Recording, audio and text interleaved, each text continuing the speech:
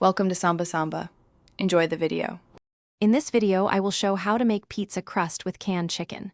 First, thoroughly drain a 5-ounce can of chicken, squeezing out all excess liquid. This step is crucial for a crispy crust. Next, combine the drained chicken with 1 large egg and 1/4 cup of grated Parmesan cheese.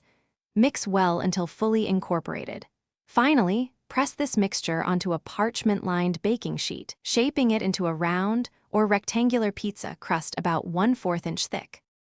Now that your crust is formed, it's time to bake it. Preheat your oven to 400 degrees Fahrenheit. Place the parchment-lined baking sheet with your chicken crust into the preheated oven. Bake for 15 to 20 minutes, or until the crust is beautifully golden brown and firm to the touch. This initial bake helps set the crust, preventing it from becoming soggy once you add your favorite toppings.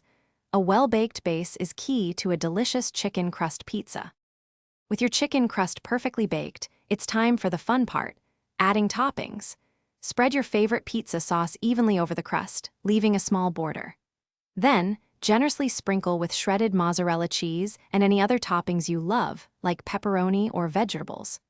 Return the pizza to the 400 degree Fahrenheit oven for another 10 to 15 minutes, or until the cheese is melted, bubbly, and slightly golden.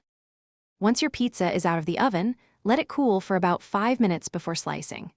This allows the cheese to set slightly, making it easier to cut and serve.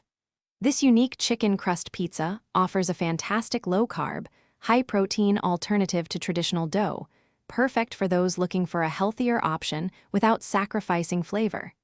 It's surprisingly sturdy and holds up well to a variety of toppings. Don't forget to check the description for a link to Little Trees, Black Ice, and other great deals.